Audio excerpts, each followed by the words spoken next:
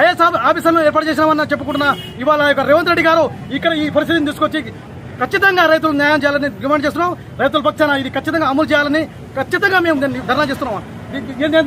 ఎంతమంది రైతులు పొద్దు నుంచి అన్నం తినకుండా ఇవాళ మళ్ళీ పొలం దగ్గరికి వెళ్ళాలి, మళ్ళీ కోసుకొని పోవాలి. ఇన్ని సమస్యలు మన గుంతలా రైతు పొద్దున్న సాయంత్రం దాకా మీ మిల్లుల దగ్గర పడిపోయాలి గాయాలన్నా. ఇవాళ మీరు చేసిన ఐకేపీ సెంటర్లు ఏడున్నాయి ఒకరు చూపించండి. ఐకేపీ సెంటర్లో పోతే ఎక్కడ లేవు అంతా ప్రభుత్వం దమన నీతితో అందరూ కుమ్మక్కై ఇవాళ వేల కోట్ల రూపాయలు ఎమ్మెల్యేలకు మంత్రులకు వెళ్ళిపోయి ఇవాళ రైతులు దగా చేస్తున్న పరిస్థితి చూపించి గోరిలోడులో దాని మొత్తాన్ని తగ్గించి ఇవాళ దగా చేస్తున్నారు. నేను నిర్మించడానికి సిద్ధం. ఇవాళ నేర్చలలో రాఘవేంద్ర రైస్ మిల్ కానీ గత ఏడాది బాలాజీ రైస్ మిల్ కానీ దగా చేస్తున్న ప్రభుత్వ వాదనకులు చోద్యం చూస్తున్నా వెళ్ళిపోతున్నారు. ఇది దారుణం. ఇది మారాలి. మీరు ప్రభుత్వ స్టేట్మెంట్లు కాదు, రైతే దేశానికి ఎన్నుముక, రైతే దేశానికి మాది రైతు మొత్తం చెప్పుకునే ప్రభుత్వాలు చేయాల్సిన పని అది కాదు.